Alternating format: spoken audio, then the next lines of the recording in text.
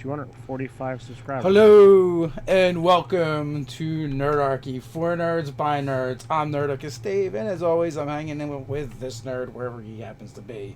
Nerdarchy Ted, and you kind of know where I'm at, so Yeah, over there. So how are you doing this evening, sir? I am doing well. I was just I think that things might have kind of jumped the gun, and I said we're only 245 subscribers away from 100,000, so that's really exciting. Kickstarter's doing well. We had a massive epic experience at Gen Con, so I'm in high spirits today. Which epic experience? I think there's multiple to look at. There are several. I don't know where you want to start, but basically, in my opinion, all of it was Saturday. So all of it was pretty much Saturday for the most part. I do have an embarrassing story related to that. So I'm certain that you guys out there will love to hear that. Yeah. So tonight we're going to be talking about scaling encounters, and then we'll probably jump back to talk about our Gen Con experience and how things went at Gen Con, if folks want to talk about that. And as always, you can ask questions and we can talk about whatever you guys want to talk about, but we like to come in with a topic ready to go, to kind of have a jumping off point. But from there, the sky is the limit. We don't care. We can go anywhere, do anything. We can talk about whatever you guys want to talk about. So today I had an interesting experience as well. I had an encounter in real life kind of scale. And so that was kind of interesting. But do you want to get into that, or do we want to hold off and actually do the actual topic? All right. Well, we are sitting at a couple minutes past. It's like 4 minutes past the hour.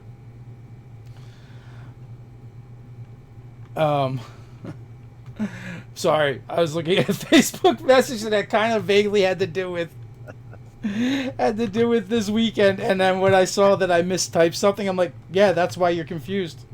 And here I thought you were laughing at Nick's comment about embarrassing stories are always fun to hear. No. Not not this time. But so I'll leave. If I remember, I'll go back to that. And that is also kind of an embarrassing story as well. But All right, so let's get into scaling encounters, and for the most part, if you're designing the encounter yourself, there really isn't any scaling that can be done, because you're already doing the work. You're going to design it yourself. We're talking about if you're running modules or you're running something that somebody else has already prepared and you want to dial up or dial down. What is your recommendation there? So actually, I would say sometimes on the fly you may have to scale an encounter up or down because of different things that are going on in the adventure, or maybe things just didn't go the way you thought they would. You may have miscalculated, and there's a lot of things that can go on there. It's D&D Beyond vids are dropping right when you went live. Disrespect. Grr. That's all right though. They're recorded though, so you guys can always go back and watch them at any time, right? It's not like it's live, or are they doing a live thing? They usually don't do a live thing at this hour. So there's several things, right? For scaling encounter, we can just add more or take away depending on what we've got, right? That is one avenue to go. We can present problems during the encounter which can make it scale. We can also present help during an encounter, which can make it scale the other way. We can apply pressure to the encounter and make it scale that way, right? And so those are the avenues that I see really about scaling encounter. There's another one that you hadn't even touched on, and that's wounded or weaker versions. So if you like the concept of something, and you want to use it as a lone monster, but it offers too much of a threat, either it has higher armor class, too much damage, too many hit points, you can dial that back. In the very beginning of my RPG Crate game that I've been running, session 1, they encountered a starving winter wolf. So that was like, all right, it was definitely a significantly less threat than your standard winter wolf. Yeah. Oh, because it didn't have the gumption, it didn't have enough food to keep all of its faculties going. So having something dialed down that way as a lone encounter, I think, can be a lot of fun as well. So Cody Sam has some questions, and Mike Gould also weighs in. Our designer, our lead design on out of the box encounters. So first we'll start with the question, Cody Sam. Scaling up, what do you think makes the bigger difference? Increasing HP or number of enemies? Out of those two things, number of enemies, because that automatically scales everything, not just the hit points, but the action economy, which is a big deal. And I also find those two things to kind of be the least exciting ways to scale the encounter. I think adding problems and pressure can be way more fun when you talk about scaling an encounter and make it far more interesting and dynamic. Now, adding problems is basically if you add hazards to an encounter. Adding pressure would be like adding maybe they have to get something done in a certain amount of time. The enemies have hostages. Things that add a higher level of risk, and the risk-reward ratio begins to shift because these other factors begin adding into the encounter itself. I did the let's just add hit points to the monster or monsters back in the day, and Dave is 100% correct. In none of those fights did my players remember, oh man, that was an epic encounter. It lasted a round or two longer than we thought it was going to do.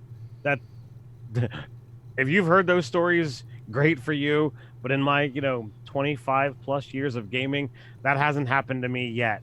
So it's one of those things that I'm like, that's not a way to go.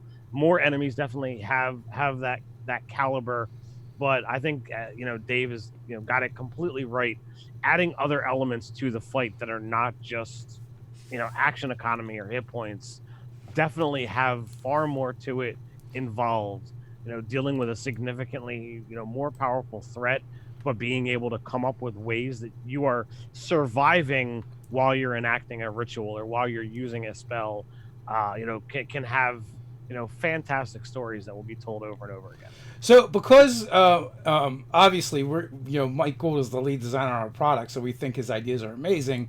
I'm going to pull out a couple things that he's saying in the chat. For anyone that's not reading the chat, or for people that are going to watch this later, always scale on the fly, reduce add number of attacks, reduce increase hit points, reduce add numbers, add allies, reduce morale are all good points. Also, from Mike, we've got traps or environment can count too. 6 kobold isn't much of a challenge. 6 kobolds on an elevated ledge with poison tipped arrows, absolutely. And then you can add more to that too. Like, not only are they on the ledge, but they're on the other side of a chasm, and that chasm has stone pillars or columns that you have to hop across, and in order to get there. And maybe some of them have been slicked with grease or something, or maybe when they get hit by an arrow, they have to make a athletics or acrobatics check in order to not fall in between. Maybe the kobolds are timing their attacks and waiting for them to jump and trying to hit them when they're in midair to foul up their jumps. Yeah, that's all really great. You can also have those kobolds who are making ranged attacks behind cover, so making it really difficult to attack them as well. And that's really just one example. There's tons of things you can do along those lines that will scale the encounter. A lot of times you're going to have to, like Ted said, when you're using prepared material from adventures or modules, and you're looking at it, and maybe you have a very optimized party, so things the way they are written are not going to be challenging for your group, or maybe you have a very unoptimized party, and both things can happen too, because you have larger or smaller parties, and that encounter that's in the Mad Mage is going to mop up your players and be super easy for them. You then have to figure out how can you make them more challenging, how can you make them more interesting, for the players. But the major advantage there is when you looking at prepared materials, it tells you, least in everyone that I've looked at, what level of party is expected to be there, and the number of players. I run the RPG crate game, so session 10A says, oh, total levels, 40, average of average 10th level.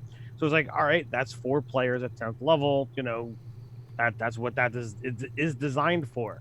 If you use that material and you've got a 6-player game, well, then you probably want to have 8th level party members, or 9th level party members, and then it's going to still be pretty easy for them to deal with.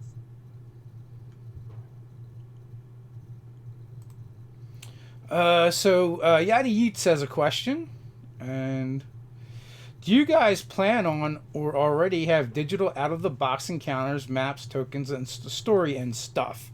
We definitely have the stuff covered in spades. If you're asking about the out of the box encounters product, we have 50 of the 55 counters basically completed. We're going through and doing a little bit of fine tuning, and a last pass through for those. They're mostly done. One of the interesting facts about it is it used to be something that lived on our website, and it was never written to be a product. So we didn't worry about things like SRD when it was put out there. It was just a cool thing we did. Mike was doing this amazing series of articles. But now that it is officially a product, we have to make sure everything is done properly. So we made some tweaks there, had to change a few things. Right now we're sending out for art and for maps in order to have that stuff done. I will bring up one thing, is the maps that are in the book itself will not be exactly the same as the maps from Arknight that we put on the table. It's not like we're going to use the assets from Arknight that they already have. In some cases, they may make some new ones, but for the most part, it's existing stuff. So we're going to build the approximation for the table. It won't be, those two maps won't match exactly. So there is a PDF level that you will actually get, a digital, copy of out of the box encounters, but we don't have digital maps and digital tokens associated with this. Though there will be, if you happen to play on Fantasy Grounds and you want to buy that add-on, you can get that stuff there. Yes, absolutely. And that being said, the PDF book still is the book, so it has the maps in the book. And I'm not sure if there's a way to pull them out or not. Well, we could always talk to our artist about that and see whether that might be something that we could have as an extra thing. Yeah, all I can say is we're gonna be super busy over the next few months for sure. Yeah. Richard wants to know, will the out of the box? What do you mean? Go ahead. Richard wants to know, will the out of the box product be available on D&D Beyond? Not for purchase, but it will be available. As of right now, there is no third-party marketplace on D&D Beyond, as many of you might already know. So we cannot sell it there, but we will have a special access, a special portal for anyone that backs the Kickstarter at the PDF level or higher, where you'll be able to go in, you'll be able to access all of your regular content, but also you'll be able to access the out-of-the-box encounters content on your D&D Beyond. Yeah, so that part is really exciting for us, and it's already unlocked. So yay! So Nick, the D&D Beyond portal stuff will be fully in D&D Beyond with searches and such. Just a link, or just I'm not sure how they're going to do it. They're doing it special for us. So you're like, if you didn't get it through the Kickstarter, then I don't know if it's going to be like when you find stuff on D&D Beyond that is locked content that you can't access, or if it's going to happen in a different way, because they're literally making it for us. So that'll be one of the final steps to putting the out-of-the-box encounters together, is us working with the D&D Beyond team to get it up over there. So yes, Tyler, we are over 145,000 in, more than 700% of our goal. So really ecstatic, So thank you for those kind words. It's just as amazing for us, if not more so, to see that so many people want this, and we've got what, 3 more stretch goals that we're hoping to hit, and as we've said several times, sky's the limit, man. Sky's the limit. It's fair to say we are making a thing now. So I had a random encounter today. All right, so what was your random encounter, sir? Or not so random, but this encounter got scouted hardcore. I was not expecting it. So I had a dentist appointment, and I haven't been to the dentist in years. So recently I've been going, and they've been messing my mouth up a good. And so I went today. The dentist comes in. She starts doing some stuff. I'm like, is she like polishing some stuff down on my teeth that they just put in there or something, or polishing away? What is she doing? And then I kind of get the feeling that she's drilling in my mouth. And then I was correct. She was drilling in my mouth. And then I'm like, does she not know that no one has hit me with Novocaine yet? So I said, hey, did I just like have holes in there before and you guys are filling them now? She's like, yeah, no, I'm drilling them. We drill and fill at the same time. I'm like, without Novocaine? She's like, yeah, I mean, you seem okay. I'm like, okay. She's my dentist. She's like, stop being a bitch. Like, so we have a related comment, here from our Mr. Mike Gould author. It kind of relates to what's going on, but I am really blown away that she drilled without Novocaine. Oh yeah, me too. Imagine my surprise. It was my mouth. I honestly feel like they're, that's the time to be like, you know what? I think I'm going to get a different dentist now. But, Mike says that if it hits, 200K, he's going to get a Nerdarchy tattoo. Holy shit. Yeah, speaking of Nerdarchy tattoos, I know some other folks that got some Nerdarchy tattoos. Let's see. Can I... So this was step 1 of our epic Saturday. Dave and I both got a Nerdarchy tattoo. I'm not normally the sleeveless t-shirt kind of guy, but I wore it tonight to be able to... I wanted to show off what a badass he is to you guys. Look at me. I'm not a badass. I'm like, I got tattoos. I'm so tough. Although at the store today, I did somebody saw it and like, is that a real tattoo? And I'm like, yeah, I just got it Saturday. She's like, badass. So Ted's gonna go crazy. He's gonna be hanging out with biker chicks now, and all kinds of stuff's going on. I think I'm still a nerd. I don't think that's ever gonna happen. Yeah. So, okay. I was just gonna say. So it was really cool. We got tattoos. Mine's not quite done yet. Ted sucked up too much time. But please. I think the problem was a little bit of miscommunication, and the tattoo artist got there a little later than planned. We also had other things that were going on that evening. Yeah, but he was only like 20 minutes late. 20 minutes wasn't going to cover it anyway. No, that's true. That's true. But we had to sacrifice you getting more of a tattoo for other amazing and epic things that wound up happening later that night. Yeah, I mean, that was just Saturday was like a big day for us over in Gen Con. We had a lot of fun. Tyler, very cool tattoos, guys. Love them. Yeah, it was great too. There's also some other. I don't know if they were being helpful or they're just throwing shade, like on the Instagram. We had like some tattoo profiles that are following us. They're laying down some comments. I mean, the guy Chad Rowe Tattoos. He owns a shop in Indianapolis, and it was like an hour away from the convention. And we had the option of going to him, going to his shop, and getting the tattoos done, or he was going to come back to our room. Many tattoo artists do shows all over the place, so they have travel kits anyway, so they're used to doing that. And like everything with tattoos now, everything's disposable. They trash everything after they use it, so it's not like they're reusing stuff. Super, super clean. Yeah, it was like it fell on the floor. He's like, that's trash. Just throw it away.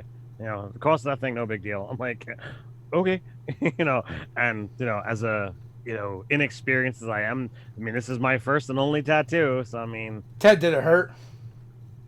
I wouldn't say it was comfortable, but I mean, I wasn't like, oh, I gotta stop or whatever. I'm just like, get it done.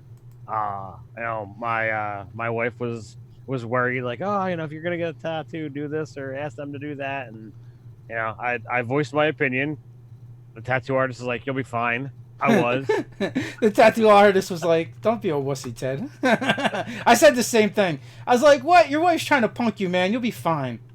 I had the utmost confidence in you that you'd be able to do it. I ain't gonna lie, it hurts, especially depending where you go. But you got an easy spot for your first one. It's decent size, but it's not huge.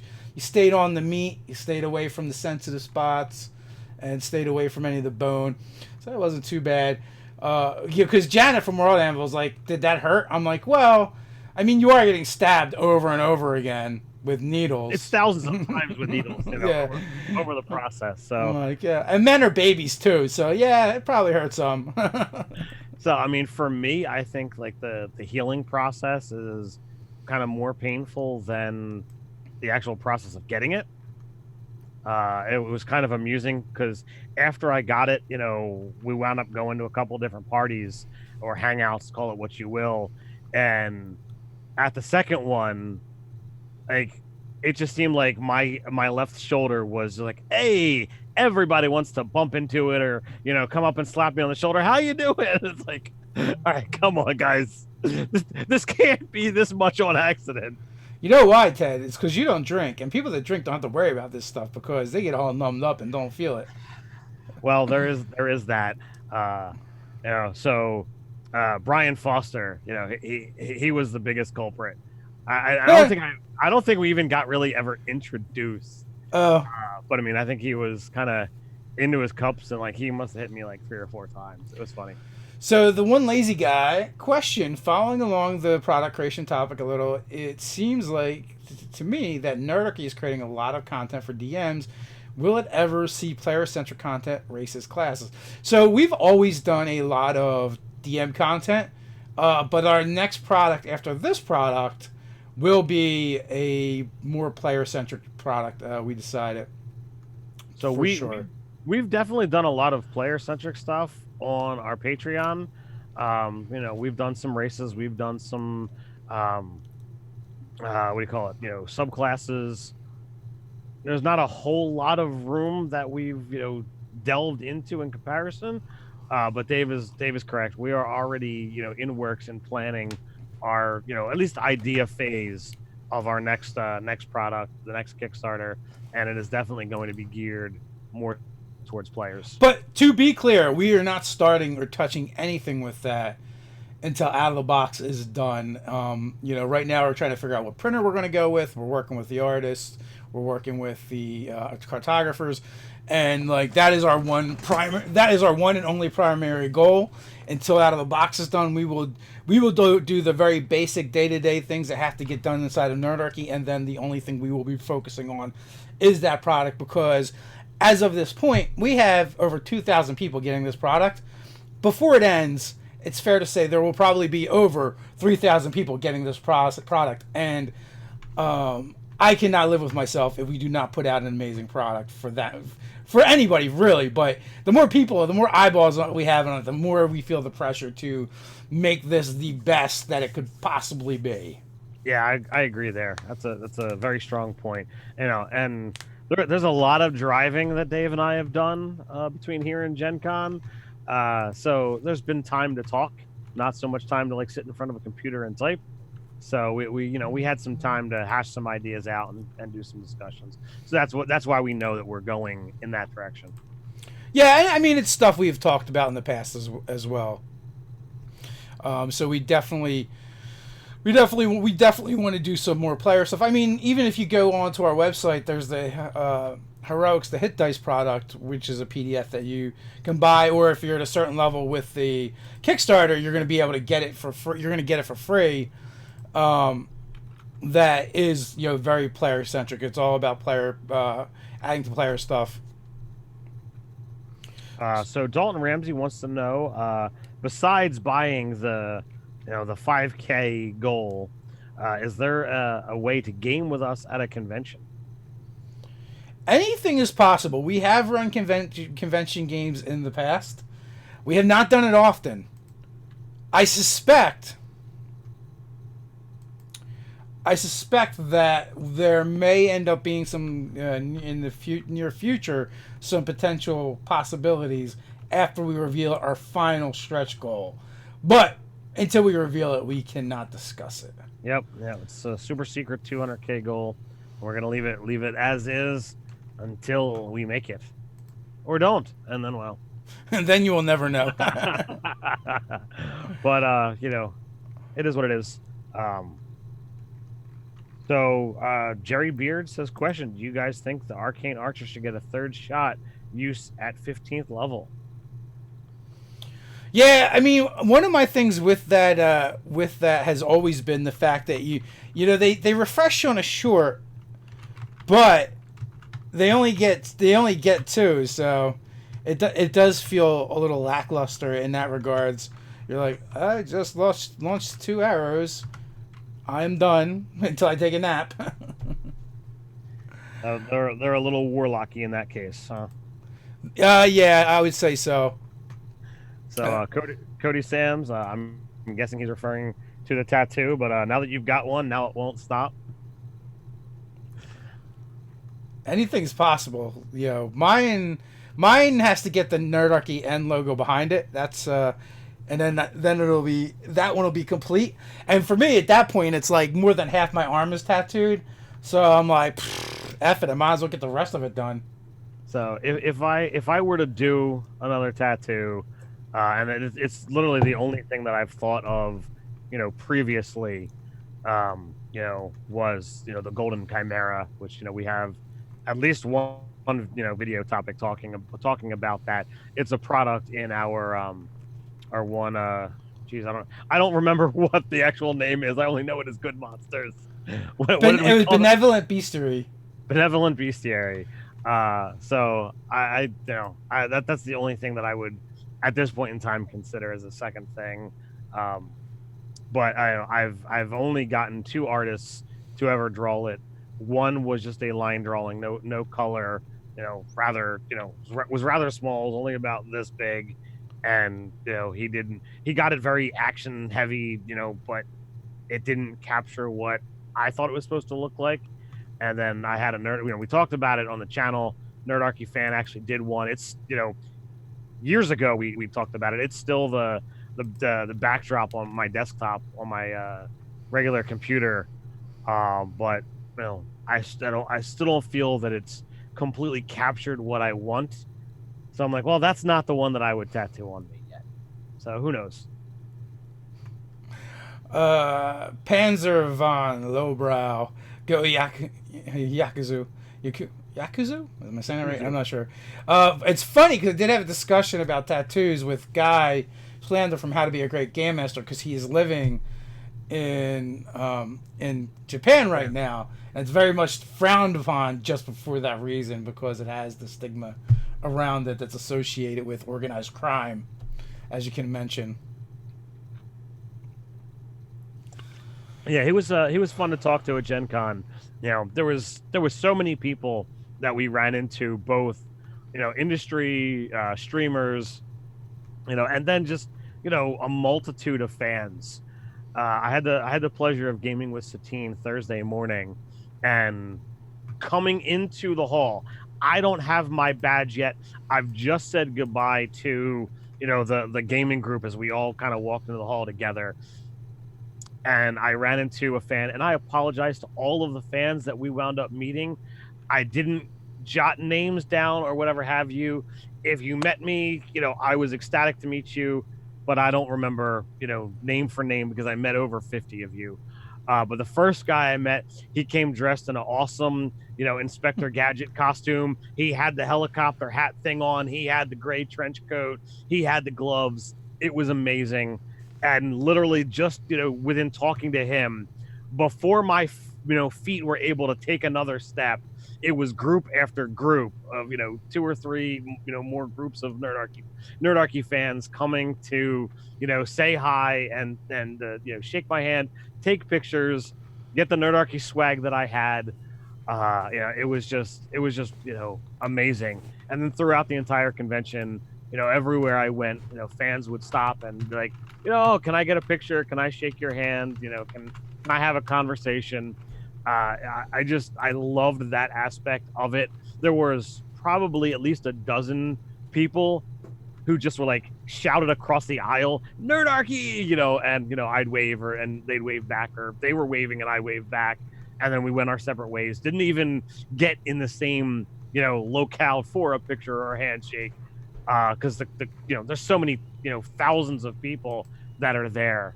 But if you do go to cons and you're looking for me, I always wear my Nerdarchy armor. You can see pictures of that in the D&D in a Castle video that's up there.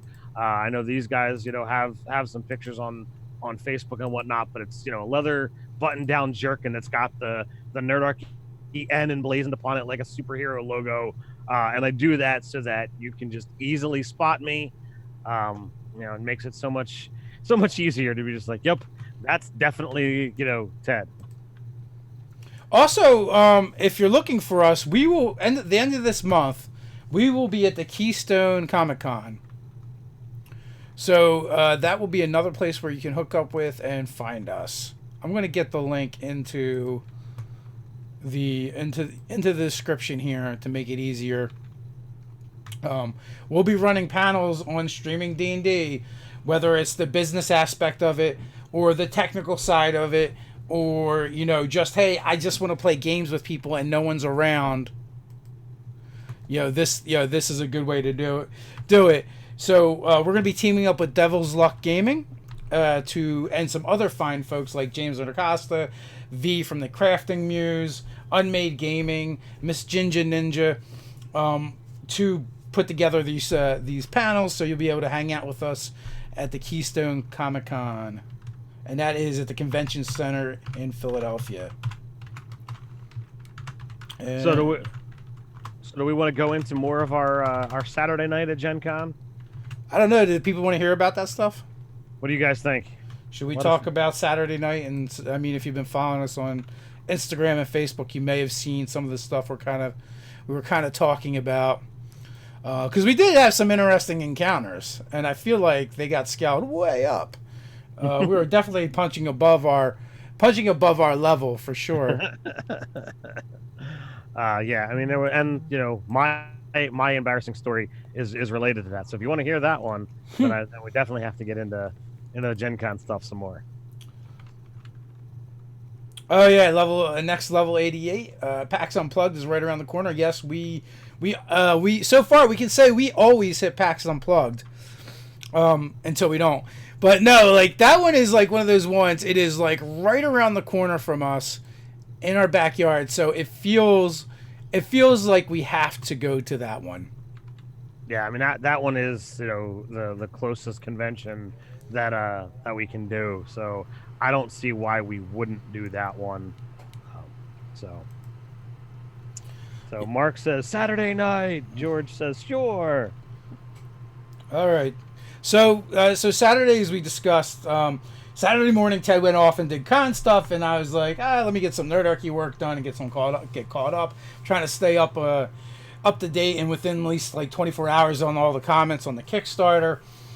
And so I hung at the hotel, and then we were meeting back up at 1:00. Our tattoo artist went to the wrong hotel, because we've had the same problem where when you put it in, there's a similar one that's like real close by. But then Ted got there, we got all inked up, that was good. Then we went out to dinner with our tattoo artist, Chad Rowe Tattoos, amazing work. If you're in Annapolis and you want to get a tattoo, we highly recommend going to him and getting some tattoos. But then from there, we had a party to go to. They didn't start until like 10 o'clock at night. And that was the World of Chedea party that they have at Gen Con every year. And it is hosted by the owner of Gen Con, Peter Atkinson, which was super cool. So there's like a lot of cool people at this party, for one. And that's kind of like where our night really starts to kick into gear. Now this is amusing for me because, number one, I'm not a night owl. Most of the time, I'm closer to an early bird. I'm at home. I'm out between 10 and 11. And even when I was younger, that was still my typical forte. And it's unless I'm gaming and the energy is high, I'm like, all right, I'm gonna turn in, but the energy level just kept dialing up and dialing up throughout Saturday. As Dave says, I went and went back to the con. There were some artists, friends and vendors that I wanted to get some stuff from. So I stopped by Creature Curation to buy my Salazarite bust, which at some point in the near future is going to get up on social media. I stopped by Crystal Sully's booth, bought some art prints of her amazing dragons. Then as Dave says, the other events unfold, and we make our way to this amazing party. And, I got to speak to somebody from Zombie Orpheus Entertainment, who is the amazing people behind the Gamers, which I'm a huge fan of. There's a lot of amazing people that were at that party. Yeah, I believe you were speaking with our production person, which is kind of cool. And then my our attorney is usually at that one, which is he's an interesting character. One, because he kind of looks like Fabio, and two, because not only is he an attorney, he's a sound engineer, but he also has produced 2 movies so far. One is Of Dice and Men, not related to the book, completely different. It is more of a comedy / drama, which if you're into gaming, I think you'll probably really enjoy it. Absolutely check it out. I think it is on Amazon Prime and a bunch of other places as well. Also, he also did Art of D&D, or Eye of the Beholder, Art of D&D, alongside Brian Stillman, and of course there's Kelly Slagle as a part of the team as well. Both Seth and Kelly worked on Of Dice and Men. Have you gotten around to see that yet, Ted? Of Dice and Men, yes. I watched that a while ago. It was really fantastic. Highly recommend it. It really talks about, in my opinion, like playing D&D, and the relationships at the table. I thought it was really good. Yeah, it's about the people that play him. So it's funny, Seth is there and he's like this larger than life character. So I always enjoy, getting a chance to see him. And then like Nate from Waz D20 was there, and Guy from How to Be a Great Game Master was there. Janet from World Anvil was there. Mike from Unmade Gaming. Cody Lewis was there for a while as well, and a bunch of other people. So you show up. Peter plies you with food and alcohol, and the trade-off is you have to watch like his commercial that he puts on every year for his World of Chaldea stuff, which was really cool. It's kind of like this storyboard moving comic book style production, and we got to see like the really raw part of it, the unfinished, which was entertaining. But so that was like the warm up. We met some cool people there. We're talking to different people. Alex Gygax, every time I've been there, he's been there as well, which is the youngest sibling or son from Gary Gygax. So part of the legacy living on. Satine was there as well. So at a certain point, Satine's like, "Hey, let's go downstairs. I'm going to get a drink." And we went down there with, I believe it's Alex from Level Up Dice, and yes. BJ Hensley does a bunch of stuff in the industry, and her husband, and a few other people. And we're hanging out down there, grabbing some drinks, and then Satine's like, "Hey, we're going to go to this bar, 16-bit. You want to come with us?" And we grab a couple Ubers to go over there. So we go over there, and Ted's already there, and he's talking to one of the folks that were one of the dungeon masters at D&D in a castle from one of the castles that we weren't at, Uncommon Trust. And you were talking to this gentleman for a while. I found you, and you're like, "Oh, Satine and Ash went that way." And Ash used to be with Geek and Sundry, and she was also part of the logistics from D&D in a castle. Matter of fact, she saved our castle from ruin, and so she's like completely amazing. So I'm like, all right, so I leave Ted to do his thing, and I'm like, I want to go say hi to Ash, and I go talk to them for a bit. I had already had a conversation with her, so I mean, but Satine drug her away. Yes, I'm not a drinker, as Dave has already kind of pointed out. So it's always weird for me, being at these places. I'm that typical nerd. I'm like, okay, we're gonna talk D&D, and we're gonna get into these nerdy subjects if you're willing. But I mean, the conversation I was having, we were bouncing back and forth. He was talking about, castle stuff. I was telling him about my castle stuff. So it was a lot of fun for a while. Now, as soon as I showed up, I had seen, in it's only like one step up, but like in the next section over, was Marisha Ray from Critical Role.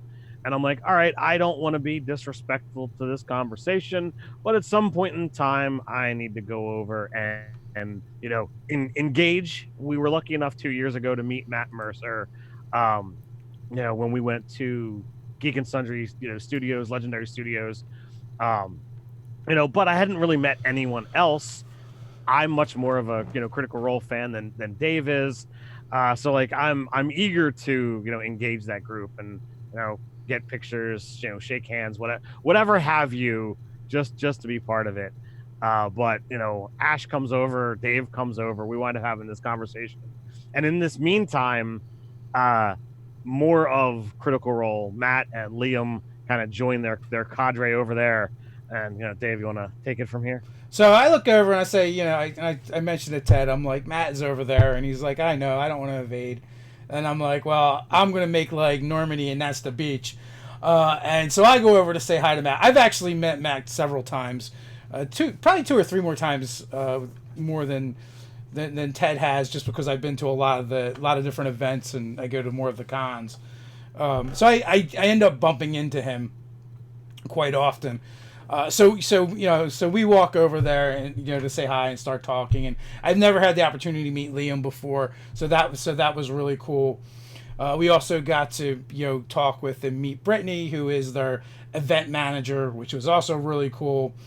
And so I talked to Matt for a while. I talked to Liam. I keep wanting to call him Calb, to be honest with you, but I talked to Liam for a while, and meeting Liam was really cool too, because he's got that Jersey connection.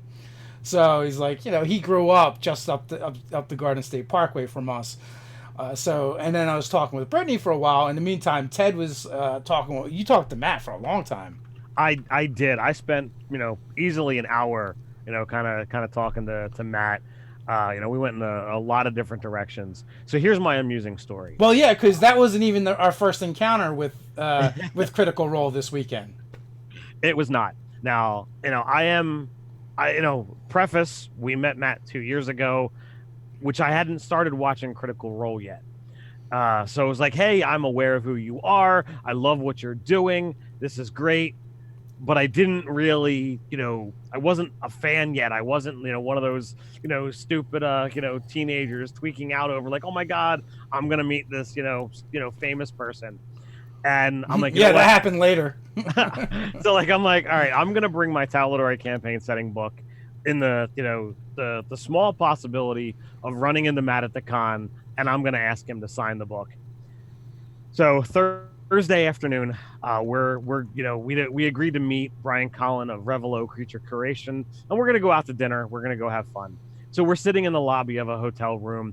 We want to spend a long time, at least 20 minutes, talking to one Nerdarchy fan as we're waiting for our group, Brian Collin and, Isaac from Nord, as well as a writer for Creature Curation, waiting for them to show up to go out to dinner. Well, as the conversation is wrapping up with this fan, in comes this mass of people. And like my eyes are immediately drawn, there's Matt Mercer and Taliesin Jaffe, walking in side by side. And as a stupid, fanboy, I'm like, my hands are shaking. I'm twitching out. I'm like, I can't believe I'm doing this, but I can't. Hold on, Ted. Let me come up to. Let me iterate this next part real fast. So we walk over to Matt, and Ted's got his book, and he's like, book? I don't. My brain didn't hear it come out like that. I'm like, hey, Matt, it's good to see you. Could you sign the book for me? And like, it might have come out stupid like that. I don't know. My headcanon will always, for now on, be it came out stupid like that. But after that moment when we saw him at the bar and we went over and had a conversation, I didn't have that same feeling.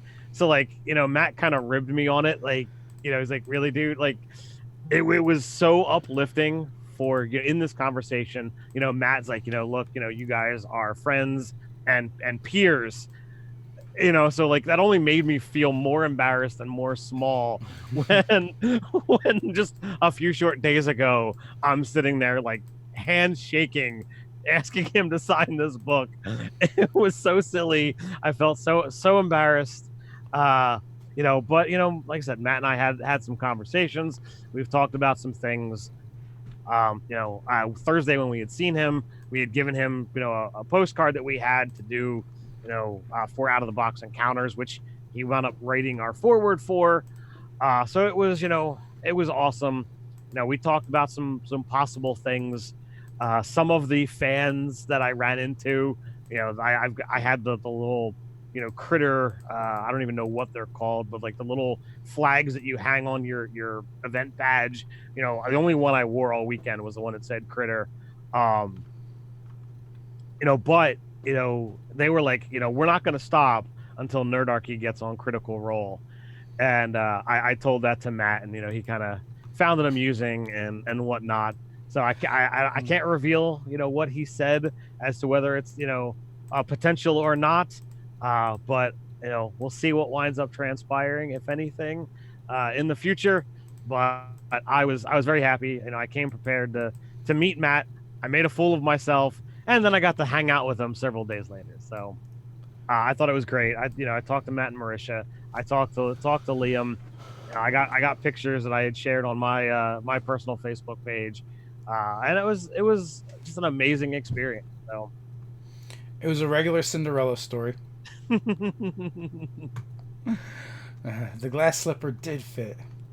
so Saturday, I would say, was truly epic with everything that happened that day. Then the next day, we turned around and drove for 10.5 hours.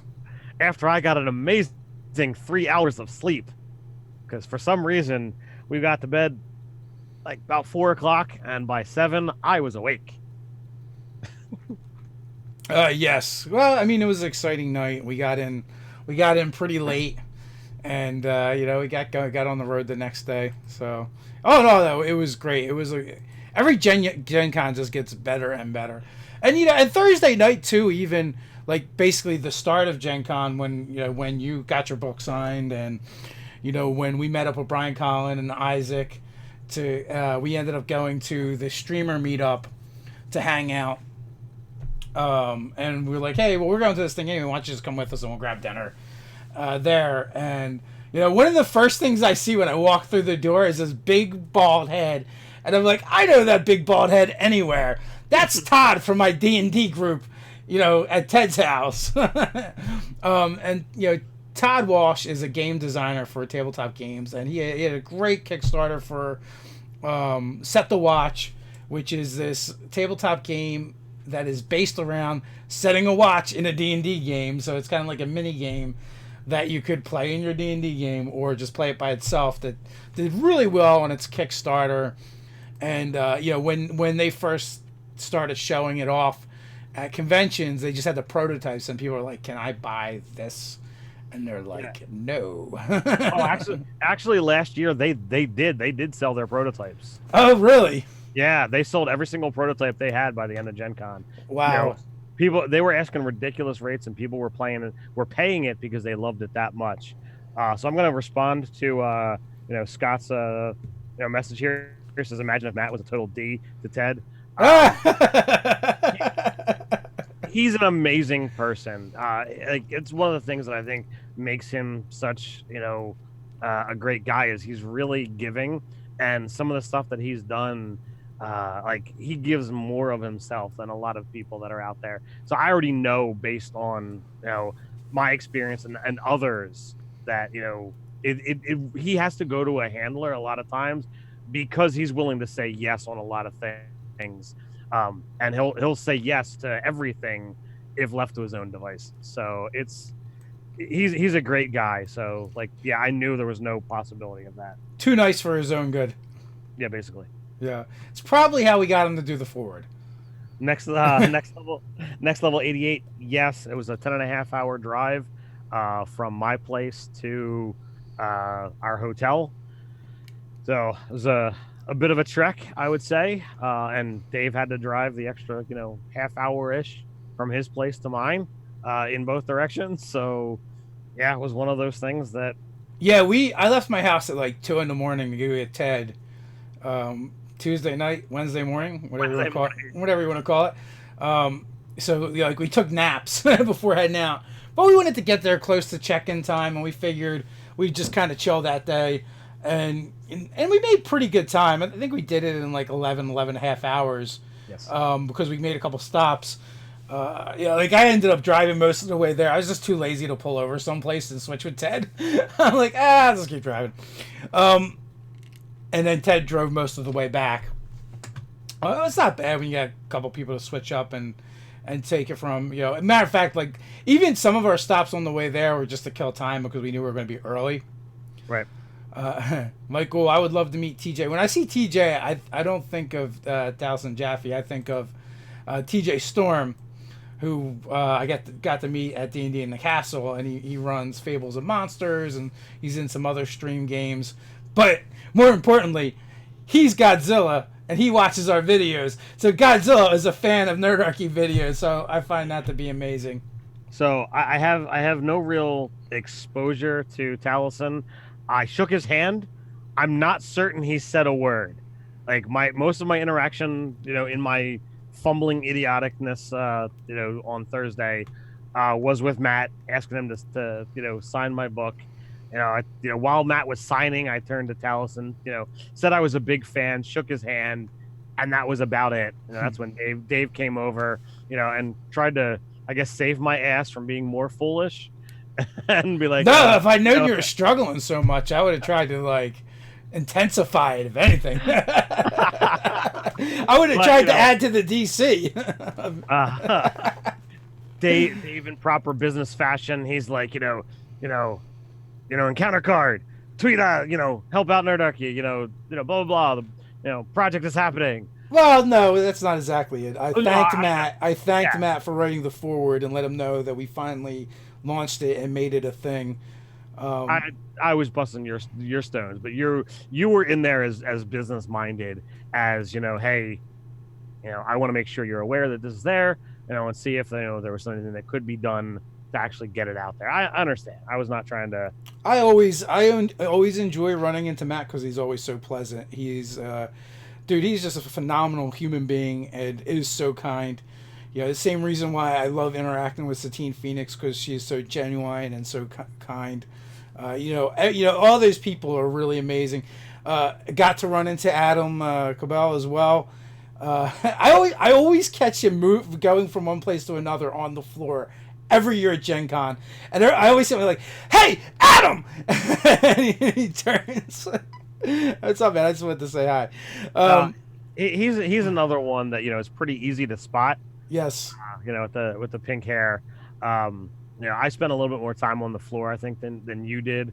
And I mean, he was in his booth for a little while for Dungeon World, but I know he was also doing panels and running games. So I mean, it was one of those things that was a lot harder to find him. But yeah, I mean, running into him is definitely a thing. I want to say that I was a little overwhelmed the first day at Gen Con on the floor. It was just like, and it was Thursday. I was like, still, and it was just like crush of people. I'm like, ugh, so many people. Why are there so many people in this world? Well, for me, one of the things that was good to hear is that every vendor, everyone who was there as an exhibitor that I talked to, Thursday they were doing really well.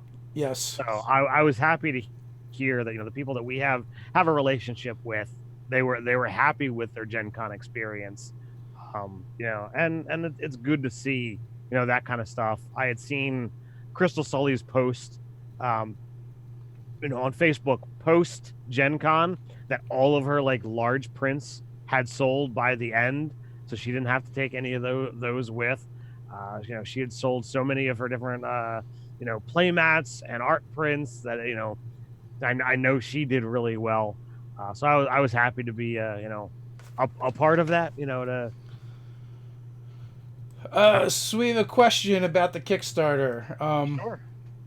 Yeah, so John Plowman, I don't mean to derail, but how do we add the dice set to the Kickstarter backing? So in the update, we talk about them and it actually gives instructions, but it's actually really simple. Whether you're getting the die or set of the set of dice, you add that pledge to your pledge amount, and then you add the whatever is the appropriate shipping to your pledge amount as well. Unfortunately, we have to add extra shipping to that one because it's being shipped from a different location. Norse Foundry is drop shipping from their location, and so that's why there's another shipping charge on there. But yeah, so you just add that amount, add the shipping, and when the backer kits come out, then we'll have a pledge manager. Not backer kit, but we'll have a pledge manager, and when you get that, you're just gonna be like, oh, the extra money is for this, because it'll say whatever your level is, and you'll have X amount of dollars left, and then you would just spend it on whatever your add-ons were, or at that point you could up your pledge if you wanted to. I was gonna offer that up as well, as to say, look, if you want to break it up, and be able to add funds when we do, that backer kit or pledge manager, whatever it is being called, you can be able to add funds there for any of the add-ons that you did not get previously. Yeah, Nick, you basically said it. It's going to be both. It's going to be a matter of you can manually add the amount or you can do it in pledge manager. But regardless, at the end, you'll have to go into the pledge manager and be like, send me this, and then we will send you that. You have to allocate your funds for what it is that you put in there, and unless you just feel like being like, you know what, I'm just going to give Nerdarchy loads of money because I think they're awesome. No, no worries, John, because it is our first time running a Kickstarter, so we're learning together. But so far it's been a really good experience. We put together a really good team that knows a lot more than us about this stuff, so that has made the process a lot easier. And we're super excited for the stretch goals we have not yet announced, so we're having a lot of fun with this. Well, so John, thank you for biting the bullet and doing your first Kickstarter to be, a part of our project. That makes me happy, and it shows that you have trust in us, and that says a lot. It means a lot to us. Brian Smith, Norse Foundry dice are friggin' gorgeous. Yes, they are. The aluminum aircraft. There's a number like 610 or 1060 or something that goes in front of that as well. This is very specific, and the aluminum dice weigh about as much as a normal set of dice. So you can definitely feel the difference between other metal dice and the aluminum dice. And I know some people don't like the metal dice because they say they're too heavy, and they don't like them to be weighed at such. So so if that's your thing, then you will like these because they definitely have a different feel to them, and they're shiny and they look really pretty. Callum Samuel, what is your favorite class to play in D&D 5e? Do you have a favorite class, Ted? You like clerics. You're just I'm a cleric. You can play clerics in so many different ways. They're amazing support characters. They're able to help out everybody else. They can tank. They can fight. They may not be the best at anything besides healing. And there's some that even say the druid is a better healer than the cleric. But you know what? I think they're great. I don't actually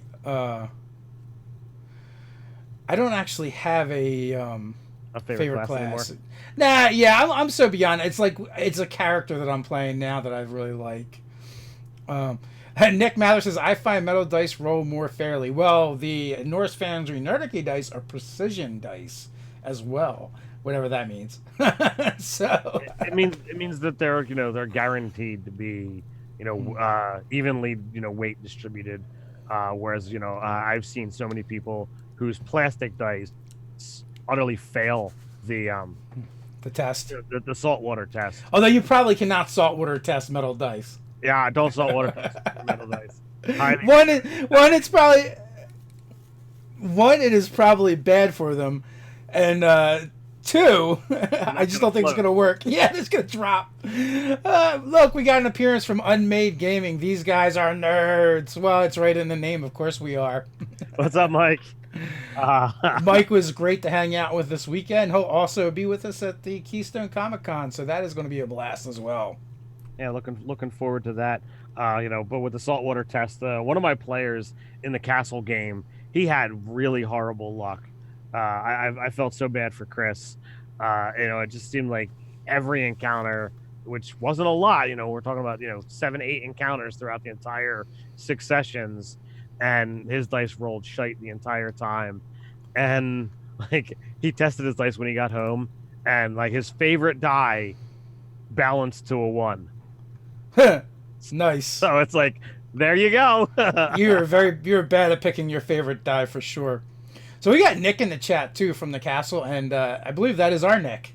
Hey. We claimed him. We claimed him during one of our patron only live chats, which we have every Monday. Oh, and tonight, by the way, if you are a patron, tonight the rewards went out for August, and it is like a 24-page PDF. But if you join our Patreon at the $2 level or higher, you can actually access all the rewards back to January. You'll have to scroll through all the posts to get them. You'll have to work a little bit, but they are all there. And, we will be returning to our weekly patron hangout next Monday night. We took last night off to kind of rest and recover. I honestly thought after Thursday's hangout with the other, streamers and, influencers and whatever have you, that I wasn't going to have a voice to be able to talk to people on Friday. And it finally took till probably today to like fully recover my voice from all of the con stuff. But So Nick Mather, NPC Compendium 1. It is kind of an NPC compendium, but it's not our typical. This one's a little bit different because we've done this is our second one that we put out, which is a lot of fun. This is where we build out a bunch of NPCs like monster stats. They're all over the place. So Unmade Gaming wants to know if we're doing a Q&A. We are, and if and he also wants to know our favorite non D&D system to play. I'm gonna say Cypher. You're gonna go with Cypher? Cypher. Man, I've played a few that I haven't played enough, but I've really enjoyed them. Like Torg was a lot of fun, but I don't think it was a great game to stream because of the card aspect to it. But it was fun because you had resource management as well as the luck of the dice. So that game was like a lot of fun to play at the table, and I think it'd be a great in-person game with your buddies. That was really good. I do enjoy Cypher System, which is another resource management. Though we haven't played it in a long time, Mutants of Mastermind I have a fondness for that game. So I don't know if you'd still have as much fondness for it. I know how anti-crunch you are, and building a character is so crunch. I don't know if if after having played D&D 5e for so long, I don't know if you'd feel the same way as you used to. Well, that's true, but all of that is front loading. Like after you built your character, it's pretty easy. That is true. So, but you are right. Like I've had fun playing the Star Wars game, which again is a lot of crunch as well. Mm-hmm. I would like to get in more Fate, to be honest with you. We have not done a lot of that. I think there's some potential there for a favorite game. So Mike was like, "Yes, Ted, Cypher!" Like, so many exclamation points. So many. You know what? So I could really get into Cypher as a player. As a DM, I still kind of want to roll dice. See, there's a lot of freedom just being able to sit back and let the players do it. I think there's a lot of fun there. But all of my Monty Cook games, Cypher System, all of that is back here, including the black box that just looks like a black spot. Cypher. Yeah, this is Invisible Sun over here, but Predation, Numenera, Ninth World, Bestiary 1 and 2, all of the No Thank You Evil, Expanded Worlds, Cypher System. So there's a lot of fun Monty Cook stuff back there. Austin, we actually started with the topic and then we kind of meander from there. That is kind of our MO. So we are 6 past the hour, and that means it's that time for us to wrap it up. But we'll be back next week. We'll be back on Tuesday night for our general chat and Monday night for our patron-only chat. Check out the Kickstarter. Those that have already backed and supported, thank you so much. We really appreciate it. If you can't back it, please share it out. It helps us on the channel. We'll be at Keystone Comic-Con, so you can come hang out with us there. We'll be at PAX Unplugged. I'll be at Gamehole Con. So we will be out and about, and maybe you will be able to play a game with a Nerdarchist at one of these spots. We're going to be having a lot of fun. talking about and doing the D&D and other RPGs. So until next time, stay nerdy. Stay nerdy. What are you going to say? I was gonna say, if you want to bite the bullet and get your own Nerdarchy tattoo, make sure you share it on social media and tag us. Yeah, we'll send you a sticker. All right, stay nerdy, folks. Have a good night.